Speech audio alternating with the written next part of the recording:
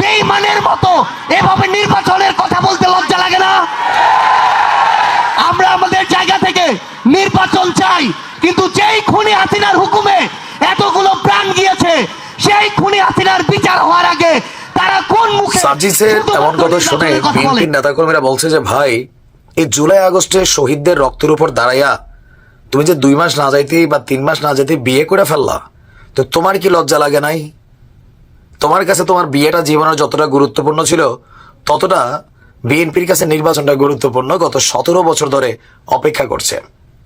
দর্শক, রাজনীতির মাঝে নতুন এক সমীকরণ আমরা দেখতে পাচ্ছি, বিশেষ করে যখন আমাদের প্রধান নির্বাচন কমিশনার নাসির সাহেব তিনি বলছিলেন যে আগামী ডিসেম্বরে জাতীয় নির্বাচনকে মাথায় রেখে আগামী অক্টোবরে, মানে এখন মার্চ মাসের প্রায় মাঝামাঝি সময় চলে আসছে, যে অক্টোবরে নির্বাচনের তফসিল ঘোষণা করা হবে। ইভেন তারা কোনো শক্তির চাপের কাছে মাথা নত করবেন না। এই মুহূর্তে বাংলাদেশে একটা সুষ্ঠু নির্বাচন দরকার, আর সেই জন্য তারা ডিসেম্বরকে মাথায় রেখেই নির্বাচনের আয়োজন করতে যাচ্ছে। ইভেন আন্তর্জাতিক মিডিয়াকে দেওয়া সাক্ষাৎকার বা বিদেশিদের যে দূতাবাসের যারা এখানে রাষ্ট্রদূতরা আছেন তাদের কাছে দেওয়া সাক্ষাৎকারেও সিএসি বলছিলেন যে নির্বাচনটা আগামী ডিসেম্বরই হবে। আর এতেই অনেকটা মাথা গরম হয়ে গেছে আমাদের এই সার্জিসদের। এখন প্রশ্ন হচ্ছে, সার্জিসরা কি জুলাই আগস্টের বিচারের দাবিতে আসলে সোচ্চার, নাকি পেছনে অন্য কিছু? সমীকরণটা বলছে পেছনে হচ্ছে রাজনৈতিক ক্ষমতা।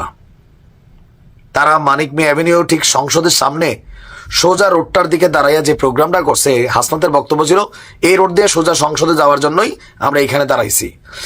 তো সংসদের রাস্তাটা কি আসলে এত সোজা? এটা এত সোজা না।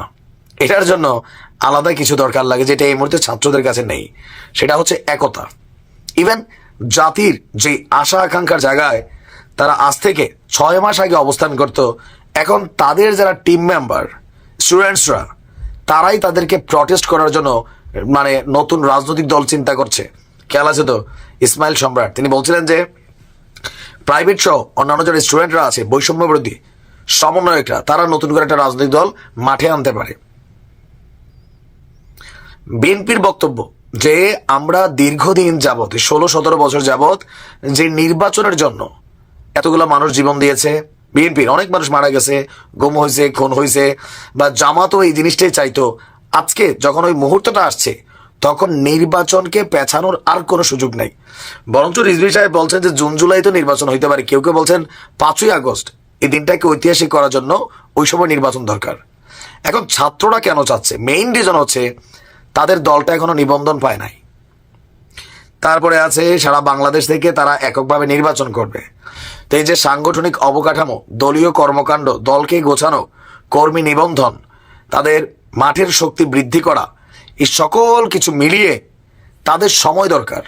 আর এই সময়টার জন্য প্রধান বিষয় হচ্ছে তারা চাচ্ছে নির্বাচনটা পেছাক। ডক্টর ইউনূসের এই সংস্কার যে খেলাটা চলছে, এই খেলাটা দিয়ে যেন আর লম্বা সময় তারা সুযোগ পায়। ওদিকে আসিফ বলছে ভাই এই দলের সাথে আমার সম্পর্ক নাই। আবার আসিফের আব্বা নির্বাচনের জন্য মানুষের কাছে দোয়া চায়। সাংঘর্ষিক না এদের এইসব অ্যাক্টিভিটিস?